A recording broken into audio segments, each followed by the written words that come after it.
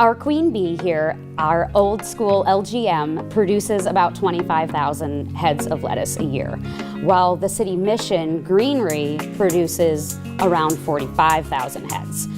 And total last year, we have actually distributed into the community with all of our 4 farms 10,000 pounds of produce.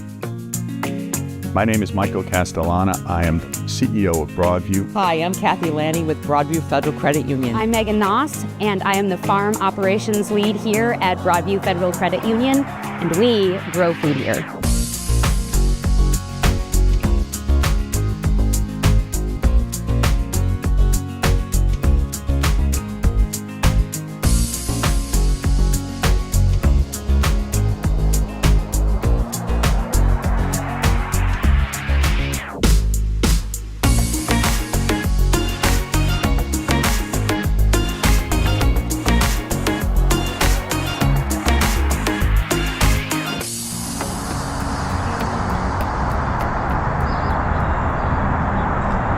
My name is Michael Castellana. I am the CEO of Broadview. I have been here for 36 years. I'm here because we change lives, and this program is one of those programs that really helps us to do that. Hi, I'm Kathy Lanning. I'm the Chief Community Officer at Broadview Federal Credit Union, and I oversee our agricultural program here at Broadview. Our CEO, Michael, and I were sitting at the World Business Forum, and we were listening to a gentleman who had used hydroponic farming to really change a community. So I'm sitting on one end of the arena, and Michael's on the other, and I'm texting him, we need to do this. We almost simultaneously looked at each other and said, hey, there's an opportunity here. And I think really why we needed to do this is that we have been supporting organizations in our community who address food insecurity. And so we're really good at serving this problem, really good at it. But what we need to do is shift to try to solve. And we saw this as a way to kind of put a stake in the ground to say that we need to really shift some of our energies to try to create a sustainable solution to address the need. Is this viable? And clearly it's viable. Hydroponic farming can be done, is being done, and it's being done commercially. So what we thought about is, okay, if this is being done commercially, can we do it socially? And we thought we really could. Again, we went on site to say, okay, show us this thing. Let me touch it, let me feel it. We were immediately impressed, not just with the technology, but with the people behind the technology, with the passion for the process. We were hooked early on and said, okay, how much to get started? Let's try one of these. Let's get the first one at our headquarters so that we can test it and make sure that this is what we think it is, and it was that and more. So our queen bee here started it's an LGM that we got in 2018, actually on my birthday. And we had originally started this model just to prove that we could be successful growers. So my background is generally in culinary arts, but I also have an extensive knowledge of plants and gardening. So I applied, and we have started to grow, and we proved the concept that we were able to grow successfully. We were distributing the produce into our cafeteria here, and we were basically feeding our own staff. So in March of 2020, when the pandemic hit, we were really faced with a decision, and we really realized that this was an essential for our community, and especially for our community partners. And we went to a 100% donation model at that time and began distributing our lettuce to our food pantries and within our community. And from then on, we have just stuck with that model, and we now donate to several nonprofits. So we proved the concept, right? You always do that to make sure before you put them out in the community that you know it's going to work. And so then we started to look around at other organizations who had different needs when it comes to food. So the Boys and Girls Club was our first farm. They came to us to support their food service program, feeding kids after school. And we said, you know, we're not gonna do that. We're gonna give you a farm, and we're gonna empower you to do that yourself, to create an opportunity to grow your own food and ideally sell some of that to create this sustainable model. So that was our first farm. Hi everyone, my name is Justin Reuter, and I'm CEO for the Boys and Girls Clubs of the Capital Area. Well, about a mile away from this location, we have a commercial kitchen in Troy on Congress Street. So every day, We make about 1,100 dinners. Those dinners are provided to all of our Boys and Girls Club locations, and we also provide meals for 7 other nonprofits in the capital area. So collectively in a year, we're serving 250,000 meals to the community, mainly kids, but sometimes we do special events where we're providing meals to the whole family. Food service is a big part of what we do at the Boys and Girls Club. And I was in a conversation with Broadview Federal Credit Union about our food program, and the Frieght Farm came up, and we just felt like it was kind of a natural progression for us. We're in the food service industry. How can we start growing our own produce that's healthy right in our backyard? So we looked at the concept, we studied Frieght Farms, learned more about it, kind of looked internally to see if we had the capacity or the right staff member here to learn how to run the farm properly. And some trial and error, we decided let's move forward with this, and we've had the farm, I think, for about 4 years at this point, and it's going great. The Boys and Girls Club was an obvious choice because, again, not only did they need the money that can be generated from this, but they had the kids who could learn from this. In the Frieght Farm, some of the different things that we're doing, kids are learning about the life cycle of a plant. They're learning about the business production aspect of it. We're starting in the beginning, we're planting a seed, and then we're harvesting. What happens next? Where is all this stuff going? Do people pay for it? How much do they pay?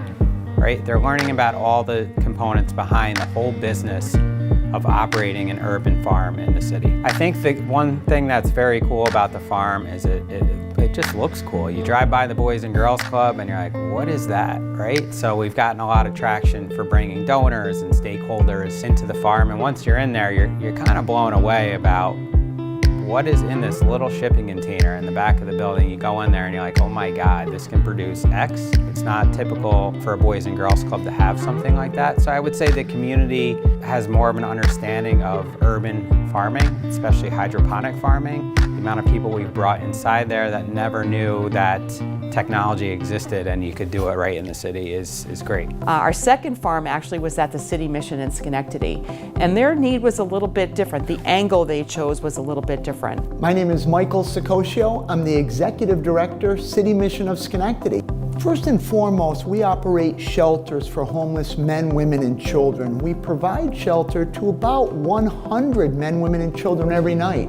We serve about 600 meals a day and do other things associated with shelter. They looked at the health outcomes and life expectancy in their zip code and realized that it was much lower than zip code over and even further away. We took that hard, as we should have, and we also had to own our portion of that. Were we doing enough to help people discover wellness? But a big part of that is eating properly. It's diet, it's nutrition. So we were inspired to do a better job. We were convicted by the facts and wanted to make a difference here at City Mission. The benefits to the community are extensive. First of all, there's the City Mission community. The men, women, and children who live here, who come here for meals, are eating healthier meals. But because the Frieght Farm is amazing, it can grow an abundance of crops, actually more than we need at City Mission, which is hard to believe out of this rather small container. So we share it with other providers in the community. We're helping other shelters get access to fresh, hyper-grown lettuce and other vegetables that we're growing in the Frieght Farm. So not only has it been a blessing to the mission, it's been a blessing to the greater community. So I really can't even give a number on how many people are benefiting from it, but I know it's exponentially greater than we were able to do before. Our third community farm is at the Regional Food Bank, and that really gave them, or gives them, an opportunity to grow culturally diverse greens, which are hard to get. Hi, I'm Nick Pisani. I'm the Chief Operating Officer here at the Regional Food Bank of Northeastern New York.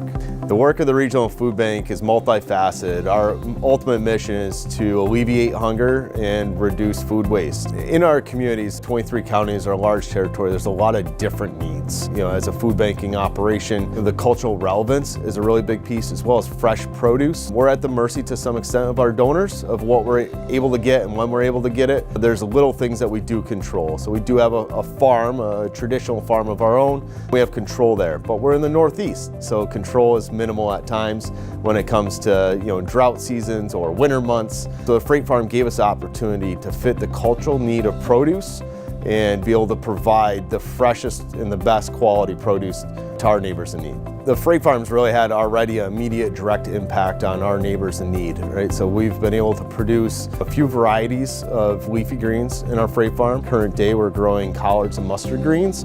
Those are harvested and they're actually distributed within 24 hours of being harvested. The feedback that we've heard from our agencies through our programmatic team has been absolutely phenomenal. We make them available literally day of harvest or day after harvest right here at our facility in Latham, and our agencies have the ability to bring those home that day, fresh as can be. At the end of the day, not only are we trying to grow lettuce, grow different greens, we're trying to raise awareness about food insecurity. And that is one of the most important things that we do, as people understand, wait a minute, Broadview's doing what? Let me see this thing, let me touch this thing. Just by doing that, by bringing cameras to what we're doing, it's raising the awareness that people are hungry and we need to do something about it. What I enjoy most about container farming is the impact that I'm allowed to see on our nonprofit partners. My name is Peter Crasto-Donnelly. I'm the program director at the Food Pantries for the Capital District. This is a quote from one of our member food pantries who receives Broadview lettuce every week and is just so appreciative of receiving it. At Living Hope United Methodist Church Food Pantry in Waterford, New York, we love the Broadview lettuce. It's always fresh and flavorful. Packaged in individual servings, our guests can take as little or as much as they need for their family size, from one-person families to 5 or 6 person or more. And our guests love having greens for salads and garnish. Many of our guests cannot afford to buy fresh foods at the grocery store, and the lettuce is a welcome addition to their table. Broadview lettuce is a staple at our pantry and has had a tremendous impact in improving the nutrition of our guests. Thank you to Broadview for this generous gift. I believe that they see that we're giving them the very best product. And I think there's a lot of value in that. And they are allowed to see value in themselves because they see the value of, like, they're worth it. Like, we are all worth it. We are all worth good food.